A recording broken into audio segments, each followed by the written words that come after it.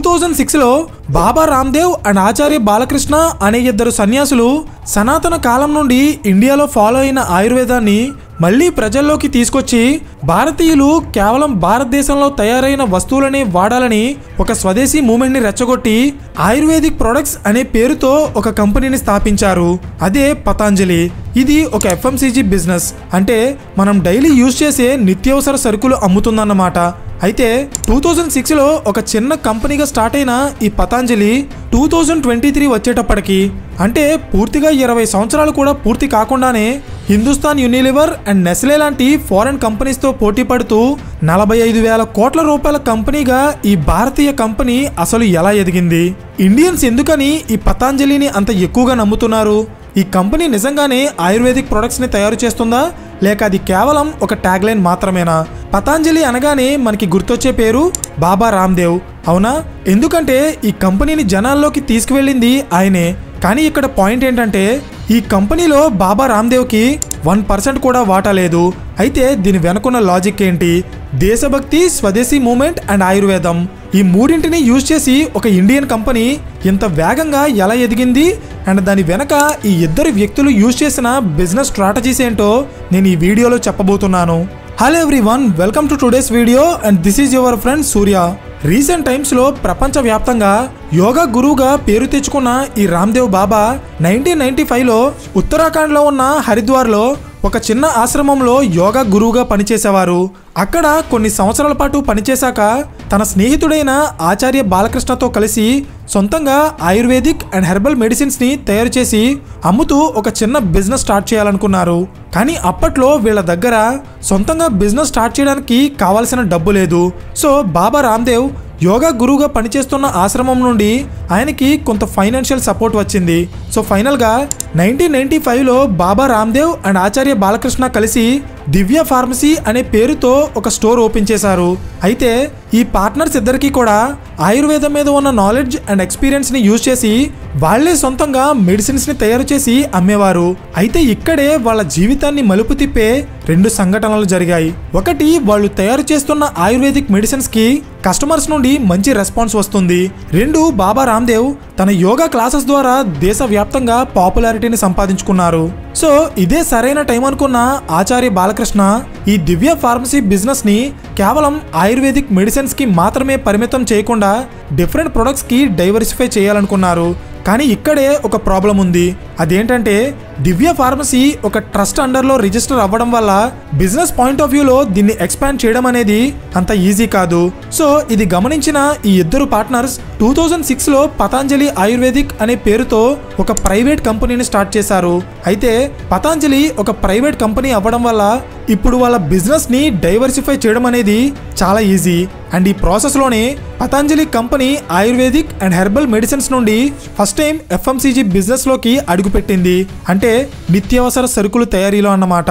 ఇక్కడ మీరు గమనించాల్సిన విషయం ఏంటంటే పతాంజలి కంపెనీ ఇండియాలో ఎఫ్ఎంసీజీ బిజినెస్ స్టార్ట్ చేసే టైంకి అదే సెక్టార్లో Hindustan Unilever, ITC, Britannia, Dabur and Marico లాంటి పెద్ద పెద్ద కంపెనీస్ కంప్లీట్గా మార్కెట్ని రూల్ చేస్తున్నాయి. సో ఇలాంటి కంపెనీస్తో పోటీ పడుతూ ఇండియాలో ఎఫ్ఎంసీజీ బిజినెస్ చేయడం అనేది 2006 టైంకి దాదాపు అసాధ్యం. కానీ ఇక్కడే బాబా రామ్దేవ్ అండ్ ఆచార్య బాలకృష్ణ ఒక జీనియస్ బిజినెస్ స్ట్రాటజీని ఇంప్లిమెంట్ చేశారు. అదేంటంటే 2006 టైంకి ఇండియాలో బైద్యనాథ్ అండ్ హమ్దర్ద్ లాంటి కంపెనీస్ ఆయుర్వేదిక్ మెడిసిన్ బిజినెస్ చేస్తున్నాయి. అలాగే Hindustan Unilever, ITC and Dabur లాంటి కంపెనీస్ ఎఫ్ఎంసీజీ బిజినెస్ చేస్తున్నాయి. కానీ ఎఫ్ఎంసీజీ బిజినెస్లో ఆయుర్వేదాన్ని కలిపి బిజినెస్ చేసే కంపెనీస్ ఇండియాలో పెద్దగా లేవు. So this is the idea. And ఈ ఐడియాని ఎగ్జిక్యూట్ చేస్తూ బాబా రామ్దేవ్ అండ్ ఆచార్య బాలకృష్ణ ఇద్దరూ కలిసి మనం డైలీ యూజ్ చేసే soaps, shampoos and toothpaste లాంటి నిత్యావసర సరుకులని ఆయుర్వేదిక్ ఇంగ్రీడియంట్స్ యూజ్ చేసి తయారు చేయడం స్టార్ట్ చేశారు. అయితే ఏ కంపెనీ అయినా ప్రొడక్ట్ని తయారు చేయడం గొప్ప కాదు, దాన్ని కస్టమర్స్ కొనేలా చేయాలి. అండ్ అది కూడా Hindustan Unilever, ITC and Dabur లాంటి పెద్ద పెద్ద కంపెనీస్తో పోటీ పడటం అనేది అంత సాధారణమైన విషయం కాదు. కానీ దీనికి పతాంజలి కంపెనీ ఒక జీనియస్ స్ట్రాటజీని ఫాలో అయింది. అదే వాల్యూ ఇన్నోవేషన్. అంటే మీరు కస్టమర్స్కి అమ్మే ప్రొడక్ట్ యొక్క వాల్యూని ఎక్కువగా చూపించాలి, అట్ ద సేమ్ టైం దాని ధర మాత్రం తక్కువగా ఉండాలి. అర్థం కాలేదా? సింపుల్గా చెప్తా చూడండి. కస్టమర్స్ మీ ప్రోడక్ట్ని కొనేటప్పుడు తను పెట్టే డబ్బు కంటే ఎక్కువ వాల్యూ ఉన్న ప్రోడక్ట్ని తను కొంటున్నాను అనే ఫీలింగ్ని క్రియేట్ చేయడమే వాల్యూ ఇన్నోవేషన్ అంటే. హై వాల్యూ అట్ లో ప్రైస్ అన్నమాట. అయితే ఇది ఎలా చేస్తారనుకుంటున్నారా? Simple, marketing. కస్టమర్స్ మైండ్లో ఒక ప్రోడక్ట్కి లేదా దాని బ్రాండ్కి వాల్యూని పెంచాలంటే దానికి ప్రాపర్గా మార్కెటింగ్ చేయాలి. అండ్ పతాంజలి విషయంలో ఈ బాధ్యత బాబా రామ్దేవ్ తీసుకున్నారు. ఎలా అంటే 2005 టైంకి బాబా రామ్దేవ్ ఆస్థా అనే ఒక పాపులర్ టెలివిజన్ ఛానల్లో డైలీ యోగా ప్రోగ్రామ్ చేసేవారు. సో దీనివల్ల దేశవ్యాప్తంగా ఉన్న కొన్ని కోట్ల మంది భారతీయులకి బాబా రామ్దేవ్ గురించి తెలిసింది. సో స్లోగా ప్రజల్లో ఆయనకి యోగా ద్వారా వచ్చిన పాపులారిటీని ఆయుర్వేదం అండ్ హెల్తీ లైఫ్ మీదకి డైవర్ట్ చేశారు.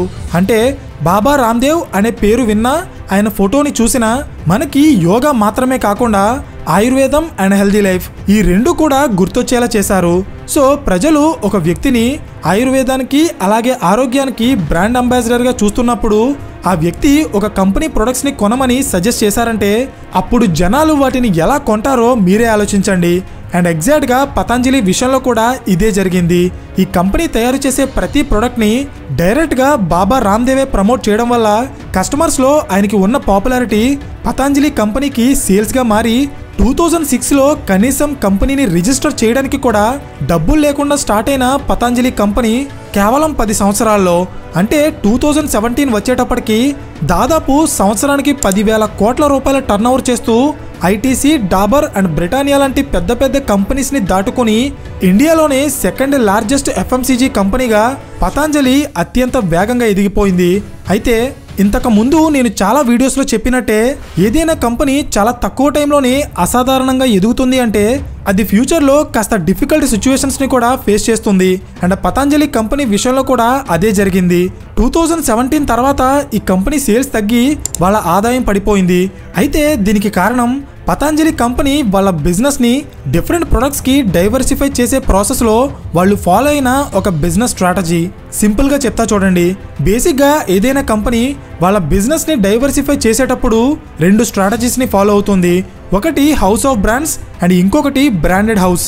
హౌస్ ఆఫ్ బ్రాండ్స్ అంటే ఒక కంపెనీ వాళ్ళ బిజినెస్ని డైవర్సిఫై చేసేటప్పుడు ఒక్కో ప్రోడక్ట్కి ఒక్కో బ్రాండ్ని క్రియేట్ చేస్తుంది. దీన్నే హౌస్ ఆఫ్ బ్రాండ్స్ అంటారు.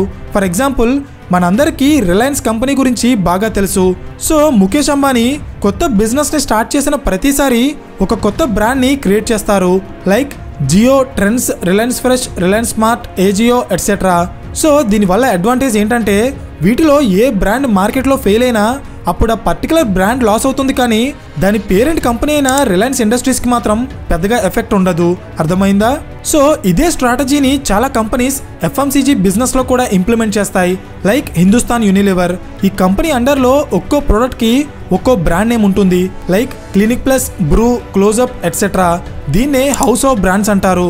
అయితే ఇప్పుడు ఇదంతా ఎందుకు చెప్తున్నానంటే పతాంజలి కంపెనీ ఈ హౌస్ ఆఫ్ బ్రాండ్స్కి ఆపోజిట్ స్ట్రాటజీని ఫాలో అవుతుంది. అదే బ్రాండెడ్ హౌస్. అంటే వీళ్ళు అమ్మే అన్ని ప్రొడక్ట్స్ని కూడా ఒక్కటే బ్రాండ్ నేమ్ మీద అమ్ముతారు. అదే పతాంజలి. సో దీనివల్ల ఒకేసారి ఆ కంపెనీకి అడ్వాంటేజ్ అండ్ డిసడ్వాంటేజ్ 2 ఉంటాయి. ఎలా అంటే ఈ కంపెనీ తయారు చేసిన ప్రొడక్ట్స్లో ఒక్క ప్రోడక్ట్ మార్కెట్లో సక్సెస్ అయినా దానివల్ల కంపెనీ మొత్తానికి మంచి పేరు అండ్ గుర్తింపు వస్తుంది. అలాగే ఈ కంపెనీ తయారు చేసిన ఏ ప్రోడక్ట్ అయినా మార్కెట్లో ఫెయిల్ అయితే దాని ఇంపాక్ట్ కంపెనీ మొత్తం మీద పడుతుంది.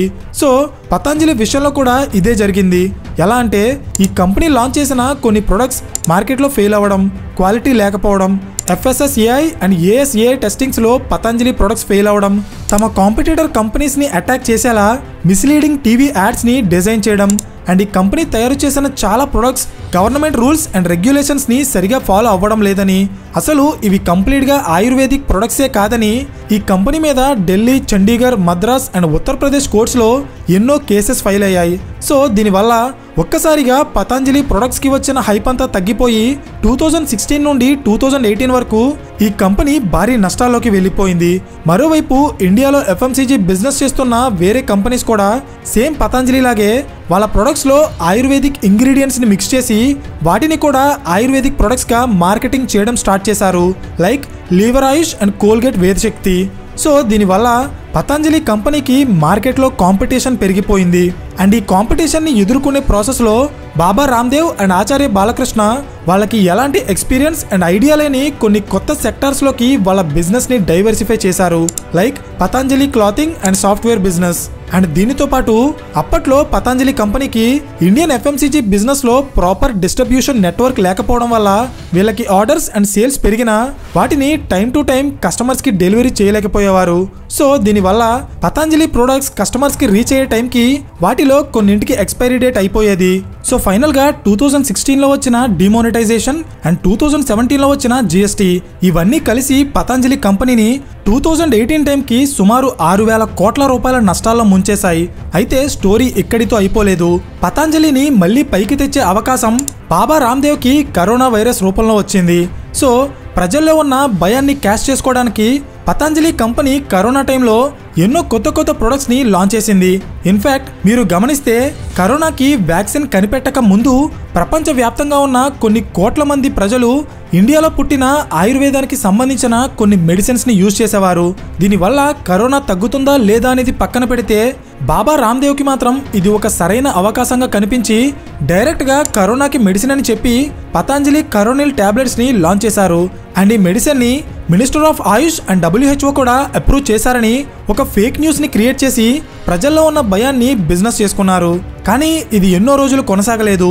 కొన్ని రోజులకే దీని వెనుకున్న నిజం తెలిసి ఈ డ్రగ్ మీద అండ్ రామ్దేవ్ బాబా మీద ఎన్నో క్రిమినల్ కేసెస్ ఫైల్ అయ్యాయి. అండ్ మద్రాస్ హైకోర్టు అయితే పతంజలి కంపెనీ మీద 10 లక్షల రూపాయల ఫైన్ కూడా వేసింది. అయితే ఇక్కడ మీరు గమనించాల్సిన విషయం ఏంటంటే బిజినెస్ పాయింట్ ఆఫ్ వ్యూలో కంపెనీస్ ఎప్పుడు కూడా ప్రజల యొక్క ట్రస్ట్, ఎథిక్స్ అండ్ ఎమోషన్స్ కంటే సేల్స్, రెవెన్యూ అండ్ ప్రాఫిట్స్ లాంటి నంబర్స్కే ఎక్కువ ఇంపార్టెన్స్ ఇస్తాయి. అండ్ అందుకే రీసెంట్ టైమ్స్లో పతంజలి కంపెనీ వాళ్ళ బిజినెస్లో వస్తున్న నష్టాలని కవర్ చేసుకోవడానికి వాళ్ళ మిస్టేక్స్లో కొన్నింటిని రెక్టిఫై చేసుకుని కంపెనీని ప్రాఫిట్స్లోకి తీసుకొచ్చింది.